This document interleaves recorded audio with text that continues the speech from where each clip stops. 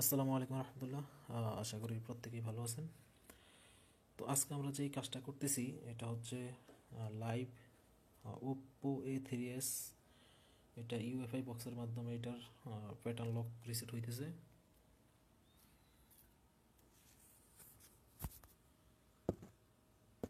এই যে এটা A3s এর লাইভ ক্লাস।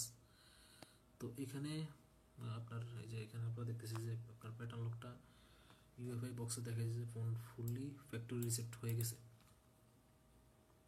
তো এটা আমরা করতেছি ইউএফআই বক্স দিয়ে।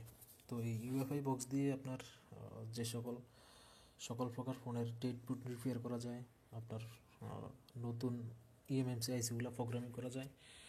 তো এই ইউএফআই বক্স নিয়ে আমার যেই পেইড টিউটোরিয়াল, যেটা আপনার মোবাইল রিপেয়ারিং বি প্রফেশনাল কোর্সের ভিতরে আপনার এই ইউএফআই বক্সের সম্পূর্ণ কাজ এবং কীভাবে কাজগুলো করা লাগে, ইএমএমসি আইসি কীভাবে প্রোগ্রামিং করা লাগে, আপনার এই সকল ডেট বুট স্যামসাং বা আদার্স যে সকল ডেট বুট আছে এগুলার রিপেয়ারের সকল সিস্টেমগুলো আমি এই কোর্সে দেখাইছি।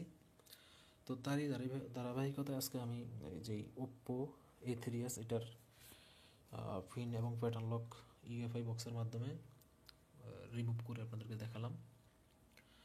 তো এটা নিয়ে আমার এই প্রোগ্রামিং নিয়ে বিস্তারিত তথ্য আপনারা দেখতে পাবেন আমার যেই প্রফেশনাল টিউটোরিয়াল, প্রফেশনাল কোর্সের ভিতরে এগুলো সব দেখতে পারবেন।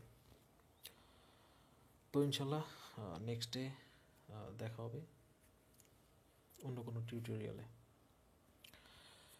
আর আপনারা যারা নতুন একদম যে মোবাইল সফটওয়্যারের কাজ নতুন শিখতেছেন তাদের জন্য এই পেইড টিউটোরিয়ালগুলো অনেক কাজে আসবে, যেখানে আমি একদম বেসিক থেকে অ্যাডভান্স লেভেলের কাজগুলো দেখাইছি।